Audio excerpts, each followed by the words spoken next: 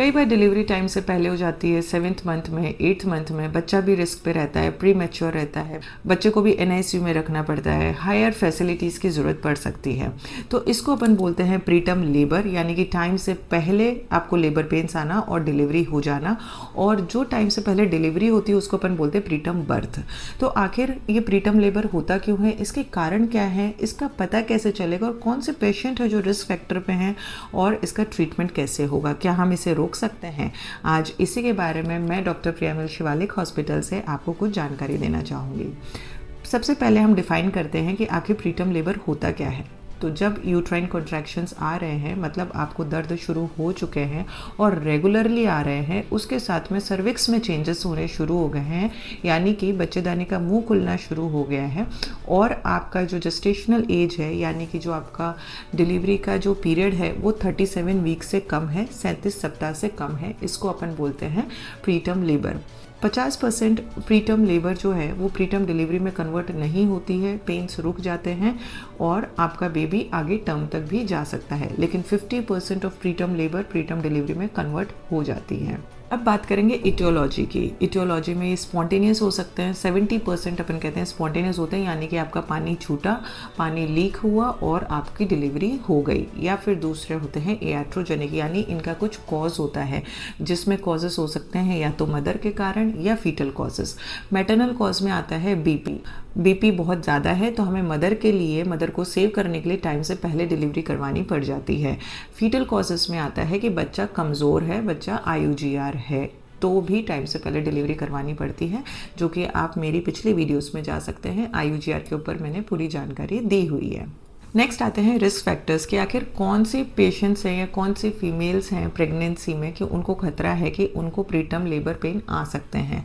सबसे पहला, previous history आपकी प्रीटर्म डिलीवरी की है तो अगर आपकी पहली हिस्ट्री एक प्रीटर्म डिलीवरी की है तो आपको 15 से 30% रिस्क है कि आपको इस बार भी प्रीटर्म डिलीवरी हो सकती है, और अगर आपकी 2 प्रीटर्म डिलीवरीज की हिस्ट्री है तो आपको रिस्क है 60% कि आपको इस टाइम भी प्रीटर्म डिलीवरी हो सकती है। दूसरा मोस्ट कॉमन होता है सर्वाइकल इनसफिशिएंसी, यानी कि बच्चेदानी का मुंह कॉम्पिटेंट नहीं है, यानी उसकी लेंथ कम है। अब वो लेंथ कम क्यों हो सकती है? सबसे पहला कंजेनाइटली, कि कुदरती जब आप पैदा हुए तो आपके बच्चेदानी का मुंह छोटा था।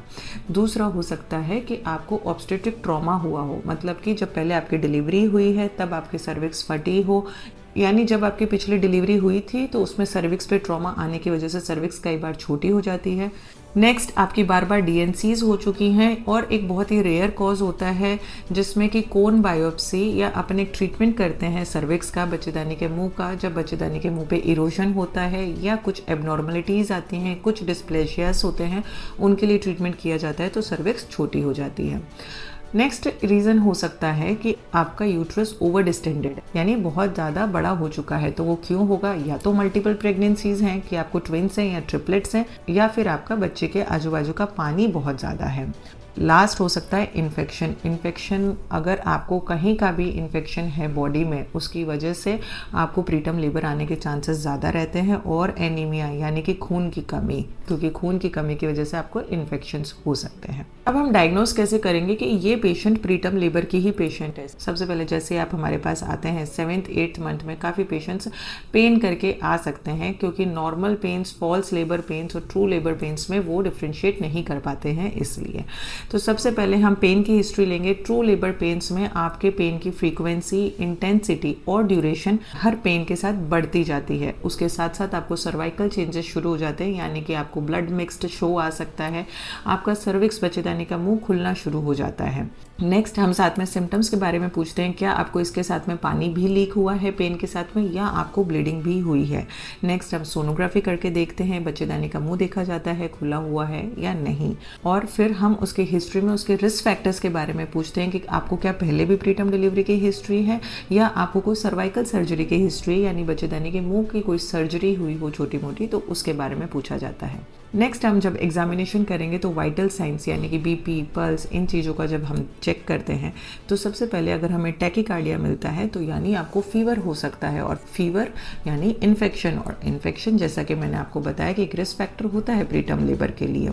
दूसरा, अगर हाइपोटेंशन है यानी बीपी लो आ रही है और टैकीकार्डिया है तो आपको चांसेस हो सकते हैं प्लेसेंटल अब्रप्शन के, यानी कि प्लेसेंटा ने अपनी जगह छोड़ दी है, उसकी वजह से आपको ये दिक्कतें होनी शुरू हो गई हैं। नेक्स्ट, जब एब्डोमिनल एग्जामिनेशन करते हैं, पेट पे हाथ लगा के हम जब चेक करते हैं, सबसे पहले हम हाइट देखते हैं कि आखिर ये बेबी है कितने वीक्स का। उसके बाद अगर टेंडरनेस है, जब हाथ लगाने पे पेशेंट को बहुत तेज़ दर्द होता है तो चांसेस हो सकते हैं कि पेशेंट को प्लेसेंटल एब्रप्शन हो चुका हो या कोरियो एमनियोनाइटिस यानी कि अंदर का इन्फेक्शन, बच्चे के आजू बाजू के पानी का भी इन्फेक्शन हो चुका है, तो एब्डोमिनल टेंडरनेस हमें मिलती है। नेक्स्ट हम पर स्पेकुलम एग्जामिनेशन करते हैं, यानी कि एक स्पेकुलम हम वजाइना में इंसर्ट करते हैं और दूर से देखने की ट्राई करते हैं कि क्या हमें सर्विक्स दिख रहा है, और अगर सर्विक्स का मुंह खुला हुआ है तो क्या मेम्ब्रेन्स बल्जिंग है, कि मेम्ब्रेन्स बाहर की तरफ आ रही हैं, उसके साथ क्या ब्लड आ रहा है। फिर नेक्स्ट किया जाता है पर वजाइनल एग्जामिनेशन, जिसमें हम अपनी 2 फिंगर्स को वजाइना में इंसर्ट करके चेक करते हैं कि अगर ये सर्विक्स खुला हुआ है तो आखिर कितना सेंटीमीटर खुला हुआ है, उस अकॉर्डिंग हम आगे के मैनेजमेंट करते हैं। नेक्स्ट, हमने डायग्नोज कर लिया है कि आपको प्रीटर्म लेबर शुरू हो चुका है, अब मैनेजमेंट कैसे होगा। सबसे पहले तो आपके बच्चे के लिए NICU की फैसिलिटी होना सबसे ज़्यादा ज़रूरी है, क्योंकि जब डिलीवरी होगी तो बच्चे को NICU की ज़रूरत पड़ सकती है। नेक्स्ट, अगर बच्चा प्री मैच्योर है तो हमें स्टीरॉइड्स देने की ज़रूरत होती है जिससे कि बच्चे की लंग मैच्योरिटी हो जाए। और अगर हमने डायग्नोस किया है कि प्रीटर्म लेबर आप जा चुके हैं लेकिन हो सकता है आपकी डिलीवरी ना हो क्योंकि सर्विक्स का उतना डायलिटेशन नहीं है, तो हम बच्चे को रोकने के लिए दवाइयाँ लगाते हैं, जैसे कि निफिडिपिन यूज़ करते हैं, ऑक्सीटोसिन रिसेप्टर एंटागोनिस्ट यूज़ करते हैं और मैक्सेल जैसी दवाइयों का हम यूज़ करते हैं। उससे आपके प्रीटर्म लेबर का प्रीटर्म डिलीवरी में कन्वर्ट होने के चांसेस काफ़ी कम हो जाते हैं। अब हम बात करते हैं कि आखिर डिलीवरी होगी कौन से रास्ते से। पेशेंट्स का सवाल होता है कि मैडम बच्चा तो छोटा सा है तो आप तो आराम से नॉर्मल डिलीवरी करवा देंगे। ये डिपेंड करता है पेशेंट की कंडीशन पे, बच्चे की मैच्योरिटी पे, बच्चे की हार्ट बीट कितनी तेज़ी से चल रही है या उसकी नॉर्मल है या एबनॉर्मल है, और बच्चे की स्थिति अभी क्या है, बच्चा सीधा है या बच्चा उल्टा है। अगर बच्चा सीधा है, बच्चेदानी का मुंह अच्छे से खुला हुआ है, डायलेटेड है, तो आराम से नॉर्मल डिलीवरी हो जाती है क्योंकि बच्चे का वेट कम होता है। लेकिन मान लीजिए बच्चा उल्टा है, तो वैसे ही बच्चा कमज़ोर है, टाइम से पहले है, तो उसमें हम ज़्यादा रिस्क नहीं ले पाते हैं अगर पहला बच्चा है और उल्टा बच्चा है तो। अगर बच्चा बहुत कमज़ोर है, IUGR बेबी है और बच्चेदानी का मुंह भी पूरी तरीके से नहीं खुला हुआ है, तो सिजेरियन में भी कन्वर्ट हो सकती है आपकी डिलीवरी। डिलीवरी होने के बाद में जो हमें ध्यान रखना है कि जो कॉर्ड को क्लैंप करते हैं वो 60 सेकेंड्स का टाइम हम कम से कम दे सकते हैं इस कॉर्ड को क्लैंप करने के लिए, अगर मैटरनल और फीटल माँ और बच्चे दोनों की कंडीशन एकदम स्टेबल है तो। और हमें बेबी को प्लेसेंटा के लोअर लेवल पे होल्ड करना होता है। अब सामने से सवाल आता है पेशेंट का कि मैडम क्या हमें प्रीटर्म लेबर है, पिछली डिलीवरी हमारी हुई थी प्रीटर्म, तो क्या हमें इस बार भी प्रीटर्म डिलीवरी होने के चांसेस हैं और हम क्या इसे प्रिवेंट कर सकते हैं। तो जो प्रिवेंशन है वो डिपेंड करता है कि आपका प्रीवियस प्रीटर्म बर्थ आखिर क्यों हुआ था। अगर आपका सर्विक्स शॉर्ट है तो हमें सर्वाइकल एनसर्कलेज तक जाना पड़ता है, यानी बच्चेदानी का मुंह छोटा है तो वहाँ का एक टाँका लगाया जाता है।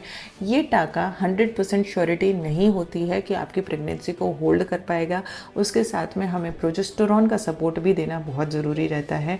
तो इस तरीके से हम हो सकता है कि आपकी नेक्स्ट प्रेगनेंसी को प्रिवेंट कर सकें प्रीटर्म लेबर में जाने से, अगर आपकी प्रीवियस ऐसी हिस्ट्री है तो। मेरे हिसाब से आपको प्रीटर्म लेबर और प्रीटर्म डिलीवरी पे काफ़ी जानकारी मिल चुकी होगी। अगर जानकारी पसंद आई तो चैनल को लाइक, फॉलो एंड सब्सक्राइब ज़रूर करिएगा। Thank you.